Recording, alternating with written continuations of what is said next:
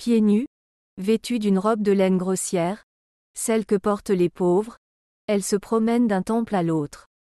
Les Parisiens n'en croient pas leurs yeux. C'est leur reine. Isabelle, la jeune épouse de Philippe Auguste. Ils commencèrent à se demander pourquoi elle était passée de la soie aux vêtements d'un roturier. C'est très simple, le roi était sur le point de dissoudre son mariage avec Isabelle. Elle a 14 ans et n'a pas d'enfant, s'indigne Philippe. Le père de Philippe Auguste s'était marié 3 fois, mais il avait échoué avec ses fils.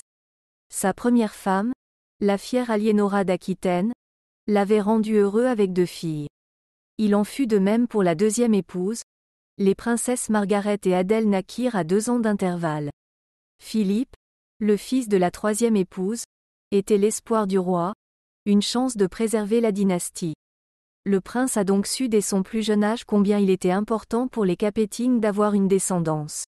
Au printemps 1180, il épouse Isabella d'Hainaut, âgée de 10 ans.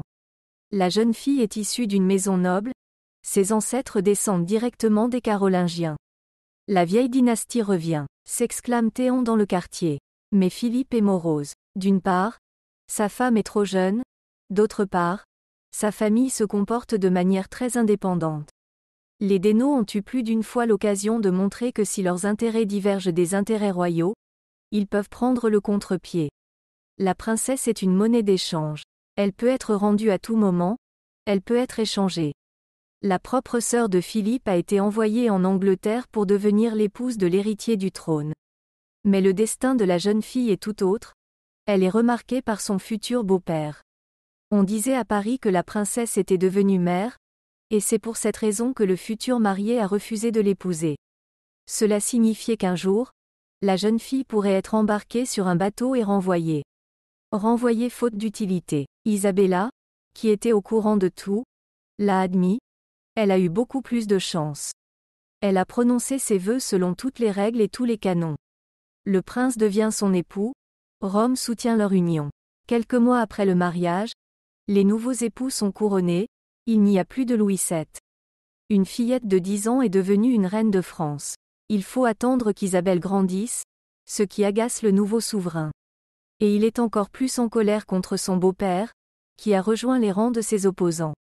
Il s'est avéré que le mariage ne lui promettait pas exactement d'avantages, si bien qu'en 1183, Philippe II Auguste a pour la première fois été clair. Il devait se séparer de la reine Isabelle. On essaya de le persuader d'attendre encore un peu, mais les nuages s'amoncelèrent sur son front.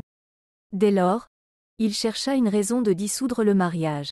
La chose la plus facile à faire aurait été d'invoquer un lien de parenté étroit, mais il n'y en avait pas. Et le mariage a été célébré avec la bénédiction de l'évêque.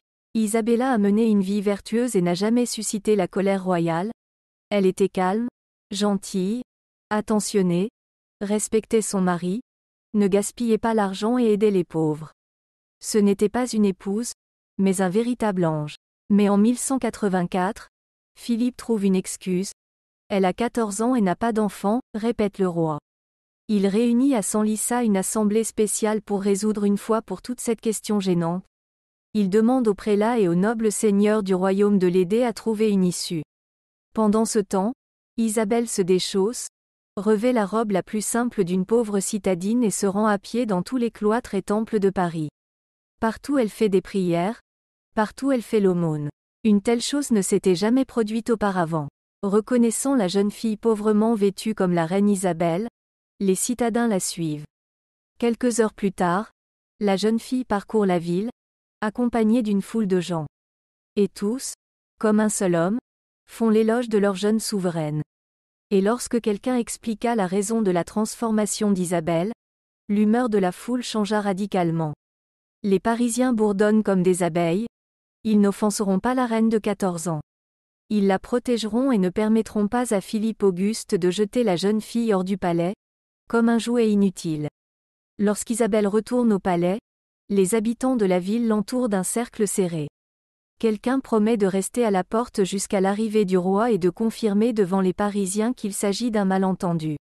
Un mari ne doit pas quitter sa femme lorsqu'elle est innocente. Bien entendu, la nouvelle ne tarde pas à parvenir aux oreilles de Philippe II.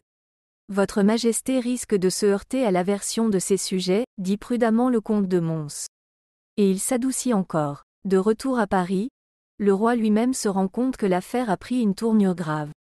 En voulant protéger sa reine, le peuple pourrait peut-être bannir son roi. C'est pourquoi, prenant l'air le plus bon enfant, le souverain promet qu'il continuera à appeler Isabelle son épouse. En 1187, la reine Isabelle de Hainaut donne à son mari un fils et un héritier, le futur Louis V. 3 ans plus tard, elle disparaissait. La jeune épouse du souverain de France devait redevenir mère, mais on ne put l'aider. Hélas, à cette époque, cela arrivait souvent. Philippe II Auguste se maria encore 2 fois. Mais aucune de ses épouses n'a reçu autant d'amour populaire et de soutien qu'Isabelle. Merci d'avoir regardé ce film.